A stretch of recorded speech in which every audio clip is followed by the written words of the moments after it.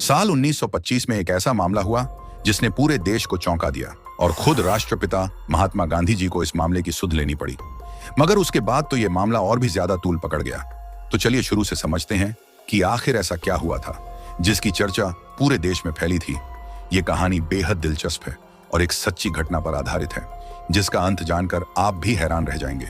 तो वीडियो को अंत तक जरूर से देखिएगा। तो बात है 11 दिसंबर 1926 की। दिल्ली में बाबूरंग माथुर जी के यहाँ इस दिन एक लड़की का जन्म होता है। और जैसा कि हम सब जानते हैं, इस वक्त देश ब्रिटिश रूल में था, जिस कारण देश के हालात काफी बुरे थे और हर तरफ से बस बुरी खबरें ही आ रही थीं और देश का माहौल काफी खराब हो चुका था। जिस वजह से बाबूरंग जी ने बड़ी उम्मीद से इस नई जन्मी बेटी का नाम शांति रख दिया। उन्होंने ये उम्मीद लगाई कि इस लड़की के आने के बाद देश में शांति स्थापित हो सके, इसीलिए इसका नाम शांति रखा था। लेकिन हुआ इसका कुछ उल्टा ही। और जब ये लड़की 4 साल की हुई और ठीक तरह से बोलने बात करने लगी तो उसने कुछ ऐसी बातें बोलना शुरू कर दी जो किसी के पल्ले ही नहीं पड़ी। वो कहती थी कि वो एक चौबन है और उसका घर उत्तर प्रदेश में मथुरा में है। वहां उसके पति हैं, बच्चे हैं और भरा पूरा परिवार है। अब ये सारी बातें जो शांति करा करती वो किसी के गले से नीचे ही नहीं उतर रही थी और सभी इस सोच में थे कि शायद ये सब शांति बचपने में बोलती है या कहीं से उसने ये सब सुनकर रट लिया है जिसे वो दोहराती रहती है। और यही सब सोचकर सब शांति की बातों को नजरअंदाज कर देते थे। लेकिन शांति हर रोज ये सारी बातें दोहराती थी और अक्सर वो ये सब बातें तब करा करती थी जब सब लोग खाने की टेबल पर बैठकर खाना खा रहे होते थे। और जब उसने अपनी पिछली मौत के बारे में बताना शुरू करा तो सबके होश ही उड़ गए। शांति के पिता ने भी ये बात बताई कि जब शांति ये सब बातें करा करती थी तो उन लोगों के रोंगटे खड़े हो जाते थे, क्योंकि वो भूतकाल यानी कि पास्ट की बातें बता रही थी। वो बोलती थी कि वो मथुरा की चौबन थी, उसके वहां 2 बच्चे भी हैं और वो पेट से थी। और जब उसकी डिलीवरी का वक्त आया तब बच्चे के जन्म के कुछ वक्त बाद ही उसकी जान चली गई थी। जैसे जैसे समय बीतता गया वैसे वैसे शांति और भी ज्यादा बातें बताने लगी थी, यहाँ तक कि उसने अपना पिछले जन्म का नाम तक बता दिया था और वो नाम था लुगदी देवी। ये सारी बातें सुनकर शांति के माता पिता को शांति की चिंता हुई और उन्हें लगा कि कहीं उसकी तबीयत तो खराब नहीं हो गई है।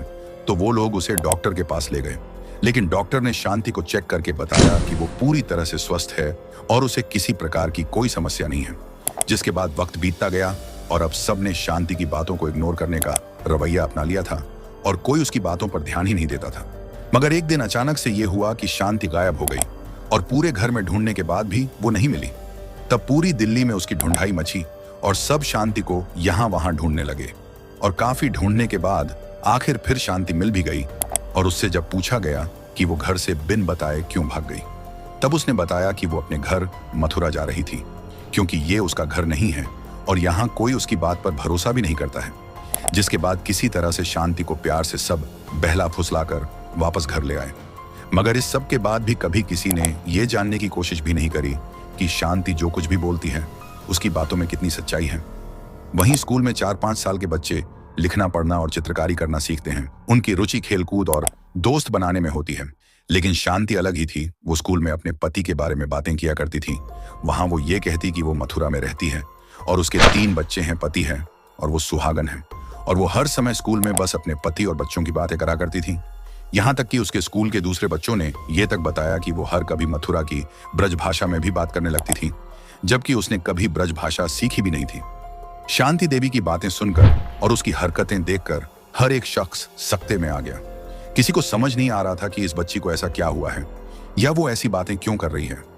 इसी वक्त में एक दिन शांति के पिता के एक दोस्त उनके घर आए। इनका नाम किशन चंद था और ये दिल्ली के दरियागंज के एक स्कूल में हेडमास्टर थे। वो शांति से मिलकर बहुत खुश हुए, क्योंकि शांति दिखने में जरूर बच्ची थी, लेकिन उसका स्वभाव और हाव भाव किसी बड़े यानी कि वयस्क लड़की की तरह थे।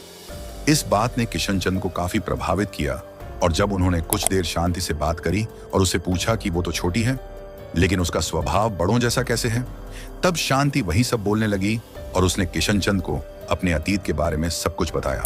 लेकिन किशन चंद को शांति की बातें काफी इंटरेस्टिंग लगी और उन्होंने शांति पर विश्वास भी जताया, जिससे शांति बहुत खुश हुई, क्योंकि वो पहले शख्स थे जिन्होंने उसकी बातों पर भरोसा करा था। जिसके बाद किशन चंद ने शांति से और भी ज्यादा डिटेल में ये सारी बातें पूछी। तब शांति ने अपने बीते कल के बारे में बहुत कुछ बताया। उसने बताया कि पिछले जन्म में उसका नाम लुगदी देवी था। वो मथुरा की एक चौबन थी। उसके पति का नाम केदारनाथ चौबे था। यहाँ तक कि उसने अपने मथुरा के घर का पता तक उन्हें बता दिया था। उसने उन्हें यह भी बताया कि साल 1925 में उसकी मौत उसके बच्चे को जन्म देने के बाद हुई। यहां तक कि उसने अपने पति केदारनाथ का हुलिया तक बता दिया था। उसने अपने पति के बारे में और बताते हुए कहा कि वो एक कपड़ा व्यापारी हैं और उनकी मथुरा में कपड़े की दुकान है। इतना ही नहीं, उसने ये भी बताया कि उसके पति दिखते कैसे थे। उसने बताया कि वो चश्मा लगाते थे, उनके सीधे गाल पर एक मस्सा भी था और उनका रंग गोरा था। अब इतना सब सुनने के बाद तो किशन चंद बिल्कुल हैरान रह गए और फिर किशन चंद ने शांति के बताए मथुरा के पते पर एक चिट्ठी लिखी, जिसमें उन्होंने शांति की बताई सारी बातें लिख दी। जिसके बाद उस चिट्ठी का जवाब भी आया और सच में ये जवाब केदारनाथ चौबे नाम के शख्स का था। चिट्ठी में केदारनाथ ने शांति की कही एक एक बात को सच बताया, जो कि काफी हैरान करने वाली बात थी। जिसके बाद इस बात में कितनी सच्चाई है वो जानने के लिए केदारनाथ ने अपने चचेरे भाई, जो कि दिल्ली में ही रहते थे, उनको शांति से मिलने को कहा। और जब वो शांति से मिलने पहुंचे तब तुरंत ही शांति ने उन्हें पहचान लिया और उसने खुद ही उनका नाम भी बता दिया। उनका नाम कांजीवन था। जिसके बाद खुद केदारनाथ भी शांति से मिलने पहुंचे। केदारनाथ के साथ उनका बड़ा बेटा और पत्नी भी थी। तब शांति से मिलकर केदारनाथ बोले कि मैं केदारनाथ का बड़ा भाई हूं, लेकिन शांति ने उन्हें पहचान लिया था और यहाँ शांति छूटते ही बोल पड़ी कि आप उनके भाई नहीं बल्कि आप ही मेरे पति केदारनाथ हैं। जिसके बाद शांति बोलने लगी कि आपने दूसरी शादी क्यों कर ली, जबकि आप तो कहा करते थे कि आप मेरे बाद कभी शादी नहीं करोगे। ये सुनकर केदारनाथ बिल्कुल हक्के बक्के रह गए, क्योंकि सच में वो अपनी पत्नी लुगदी को यही कहा करते थे। जिसके बाद केदारनाथ और शांति की कई सारी बातें हुई और शांति ने ऐसी ऐसी बातें बताई जो उनकी पत्नी लुगदी और उनके अलावा और कोई नहीं जानता था। जिसके बाद केदारनाथ ने यह बात मान ली कि वही उनकी पत्नी लुगदी देवी है। केदारनाथ ने 3 शादी करी थी और लुगदी उनकी दूसरी पत्नी थी और लुगदी के देहांत के बाद केदारनाथ ने तीसरी शादी कर ली थी। जिसके बाद केदारनाथ कुछ दिन दिल्ली रुके और फिर वो वापस मथुरा लौट गए थे। लेकिन इसके बाद इस केस की चर्चा जगह जगह होने लगी और उड़ते उड़ते ही ये खबर महात्मा गांधी जी के कानों तक भी पहुंच गई। तब गांधी जी ने शांति को बुलवाया और खुद उससे बातें करी और सारा मामला पूछा।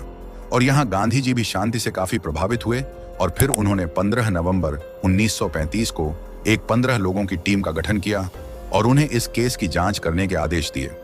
जिसके बाद इस टीम ने इस केस की जांच करी और वो लोग शांति को लेकर मथुरा पहुंचे, जहां शांति को एक अनजान शख्स से मिलवाया गया। और हैरानी की बात यह थी कि शांति ने उस शख्स को देखते ही उनके पैर छू लिए और बताया कि ये उनके पति केदारनाथ के बड़े भाई यानी कि उसके जेठ हैं। और ये शांति ने बिल्कुल सही बताया था। जिसके बाद शांति से जब उसके घर का पता पूछा गया तब शांति ने बताया कि उसका घर मथुरा के द्वारकाधीश मंदिर के सामने है। और फिर शांति खुद सब लोगों को रास्ता बताते हुए उनके घर तक भी लेकर गई और सबको हैरान कर दिया। वहीं उनके घर के सामने काफी भीड़ लगी थी। ये भीड़ उन्हीं लोगों ने लगाई थी और भीड़ में लुगदी देवी के ससुर थे, जिन्हें भीड़ में भी शांति देवी ने दूर से ही पहचान लिया और उनके भी पैर छू लिए। इतना ही नहीं, शांति ने उसके बाद घर के अंदर का नक्शा भी बिल्कुल सही सही बताया। साथ ही शांति ने बताया कि उनके कमरे के अंदर एक गमले में उसने कुछ 150 रुपए छुपा कर रखे थे। तब सभी शोधकर्ताओं ने शांति की बताई जगह पर लगे गमले को खोद कर देखा, मगर उसमें पैसे नहीं थे। तब केदारनाथ ने बताया कि पैसे गमले में ही रखे थे, मगर जरूरत पड़ने पर उसने वो पैसे वहां से निकाल लिए थे।